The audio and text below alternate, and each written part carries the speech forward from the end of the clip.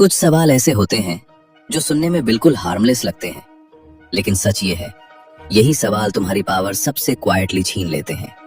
कोई वार्निंग नहीं, कोई सिग्नल नहीं, बस एक नॉर्मल कॉन्वर्सेशन, और उसी में तुम अपना कंट्रोल दे देते हो। खतरनाक सवाल वो नहीं होते जो डराते हैं, खतरनाक वो होते हैं जो ट्रस्ट जैसे लगते हैं, जो फ्रेंडली लगते हैं, जो केयरिंग लगते हैं, और तुम बिना सोचे जवाब दे देते हो। फिर बाद में समझ आता है तुमसे कुछ निकलवा लिया गया है, ऐसा कुछ जो तुम देना नहीं चाहते थे। सदियों पहले भी यही हो रहा था। निकोलो मैकियावेली ने देखा, लोग तलवार से नहीं, बातों से हारते हैं। एक गलत जवाब और खेल खत्म। और उसने एक चीज नोटिस की, लोग फोर्स से नहीं गिरते, लोग गिरते हैं जब वो गलत इंसान को सही समय पर सही जवाब दे देते हैं, क्योंकि उन्हें लगा था ये सेफ है। आज भी कुछ नहीं बदला, बस सवालों का तरीका बदल गया है। खेल वही है।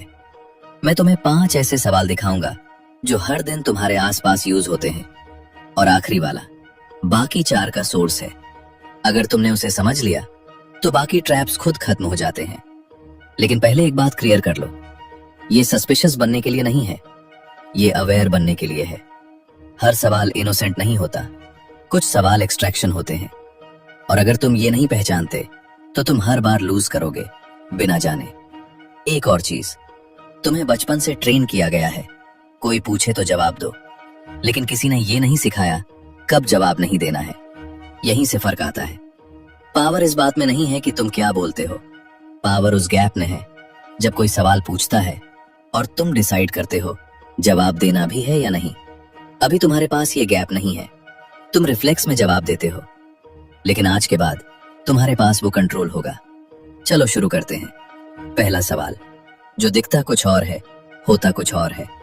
कोई तुम्हारे लिए डिसीजन लेता है तुमसे पूछे बिना, तुम्हारा टाइम यूज कर लेता है, तुम्हारी बाउंड्री क्रॉस कर देता है, और जब सब हो जाता है वो कैजुअली बोलता है, तुम्हें इशू तो नहीं है, या तुम ठीक हो ना इसके साथ। ध्यान से देखो, ये सवाल नहीं है, ये कंफर्मेशन है उस चीज का जो ऑलरेडी हो चुकी है। मतलब तुम्हारी परमिशन ली ही नहीं गई, बस तुम्हें ऐसा फील कराया जा रहा है जैसे तुम इन्वॉल्व थे। और फ्रेमिंग ऐसी होती है कि तुम नहीं बोल ही नहीं पाते, क्योंकि अगर तुम बोलते हो हाँ प्रॉब्लम है, तो तुम नेगेटिव दिखते हो, ओवर रिएक्टिंग लगते हो, इसलिए तुम बोल देते हो ठीक है। लेकिन यही गेम शुरू होता है। सामने वाला क्या सीखता है कि वो पहले एक्ट कर सकता है और बाद में तुम्हें एडजस्ट करवा सकता है, और अगली बार वो और बड़ा कदम लेगा, क्योंकि तुमने लिमिट सेट नहीं की, तुमने लिमिट बढ़ाई है। ये सटल है लेकिन डेंजरस है, क्योंकि बाहर से लगता है तुमने अग्री किया था, और बाद में अगर तुम कुछ बोलो तो वही लाइन आती है, तुमने खुद कहा था ठीक है। यानी तुमसे सिर्फ अप्रूवल नहीं लिया गया, तुम्हें विटनेस बना दिया गया उस चीज का जो तुमने चूज ही नहीं की। अब सॉल्यूशन क्या है? सिंपल, ऑटोमेटिक यस हटाओ। जब कोई बोले तुम्हें प्रॉब्लम नहीं है ना, तुम बस कहो पहले पूछा जाता तो बेटर होता। बस, ना फाइट ना एक्सप्लेन, लेकिन ब्लाइंड अप्रूवल भी नहीं। और यहीं से लोग तुम्हें ट्रीट करने का तरीका बदलते हैं। ये था पहला ट्रैप। दूसरा सवाल, जो ऑनेस्टी के नाम पर अटैक करता है। अब दूसरा सवाल और ट्रिकी है, क्योंकि यह रिस्पेक्ट जैसा लगता है। कोई तुम्हें देखता है और बोलता है मैं कुछ ऑनेस्ट बोलूं, और तुम इंस्टेंटली बोलते हो हाँ बोलो, क्योंकि ऑनेस्टी को कोई मना नहीं करता। लेकिन याद करो, जब भी ये लाइन आई उसके बाद क्या आया? सपोर्ट या डाउट? मुझे नहीं लगता ये काम तुमसे होगा, तुम रेडी नहीं हो, ये डिसीजन सही नहीं है। और क्योंकि उसने पहले ऑनेस्ट बोला था, तुम रिएक्ट भी नहीं कर सकते। ये ट्रिक है। असल में वो ट्रूथ नहीं बोल रहा, वो अपनी थिंकिंग बोल रहा है, लेकिन उसे ऑनेस्टी का लेबल देकर सेफ बना दिया गया है। जो लोग जेन्युइनली तुम्हारे साथ होते हैं उन्हें परमिशन की जरूरत नहीं होती, वो सीधे बोलते हैं। जो परमिशन लेते हैं उन्हें पता होता है जो वो बोलने वाले हैं वो हैवी लगेगा, इसलिए वो पहले तुमसे शील्ड बनवाते हैं। अब क्या करना है? जब कोई बोले मैं ऑनेस्ट बोलूं, तुम बोलो बोलो, मैं डिसाइड करूंगा कितना लेना है। और यहीं उनकी पावर खत्म हो जाती है, क्योंकि अब वो अटैक शील्ड के बिना करना पड़ेगा। ये था दूसरा ट्रैप। अब तीसरा सवाल सबसे डेंजरस लगता नहीं है, बल्कि उल्टा, ये तुम्हें इंपॉर्टेंट फील कराता है, और यही इसकी ट्रिक है। तीसरा सवाल, कोई तुम्हारे पास आता है प्रॉब्लम लेकर, कंफ्यूजन लेकर, डिसीजन लेकर, और फिर वो तुमसे पूछता है अगर तुम मेरी जगह होते तो क्या करते। और तुम क्या करते हो? तुम सीरियसली सोचते हो, एनालिसिस करते हो और बेस्ट एडवाइस देते हो।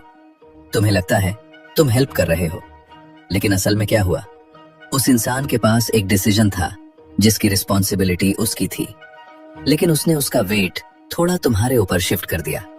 अब ध्यान से समझो, अगर वो तुम्हारी एडवाइस फॉलो करता है और सब सही हो जाता है, क्रेडिट किसको मिलेगा? उससे। लेकिन अगर चीज गलत हो जाती है तो लाइन क्या आती है? तुमने कहा था। और यही ट्रैप है। तुमने डिसीजन लिया नहीं, लेकिन तुम उसके अंदर शामिल हो गए। तुमने कंट्रोल नहीं लिया, लेकिन कॉन्सिक्वेंसेस शेयर करने लगे। और कई बार वो इंसान कंफ्यूज्ड भी नहीं होता, उसे पहले से पता होता है उसे क्या करना है। वो बस चाहता है अगर चीज गलत जाए तो वो अकेला रिस्पॉन्सिबल ना हो, और तुम अनअवेयरली बैकअप ब्लेम बन जाते हो। ये सब्टल है, लेकिन ये तुम्हें धीरे धीरे दूसरों की मिस्टेक्स का कैरियर बना देता है। सॉल्यूशन सिंपल, तुम आंसर मत दो, तुम वापस पुश करो। तुम खुद क्या सोच रहे हो, या तुम्हें अंदर से क्या सही लग रहा है। अब डिसीजन वापस उसी पर आ जाता है जहां होना चाहिए था। तुम सपोर्ट कर सकते हो, गाइड कर सकते हो, लेकिन अपनी आइडेंटिटी किसी और के डिसीजन से अटैच मत करो। ये था तीसरा ट्रैप। चौथा सवाल, अब ये सबसे डेंजरस कैटेगरी में आता है, क्योंकि ये सिर्फ तुमसे नहीं लेता, ये किसी तीसरे इंसान को भी डैमेज करता है। सीन समझो, तुम किसी को कन्फ्रंट करते हो, कुछ ऐसा जो तुमने सुना है या देखा है, लेकिन सामने वाला क्या करता है? वो डिफेंड नहीं करता, वो पूछता है तुम्हें ये किसने बताया? और यही पूरी कॉन्वर्सेशन हाईजैक हो जाती है। अब टॉपिक क्या था, उसने क्या किया, लेकिन अब फोकस कहां चला गया? तुम्हारा सोर्स। और अगर तुमने नाम बता दिया, गेम खत्म। तुमने दो चीजें एक साथ कर दी। पहली, जिसने तुम पर ट्रस्ट करके बताया, तुमने उसे एक्सपोज कर दिया। दूसरी, जिसको तुम कन्फ्रंट कर रहे थे, उसे एक टारगेट दे दिया। अब वो क्या करेगा?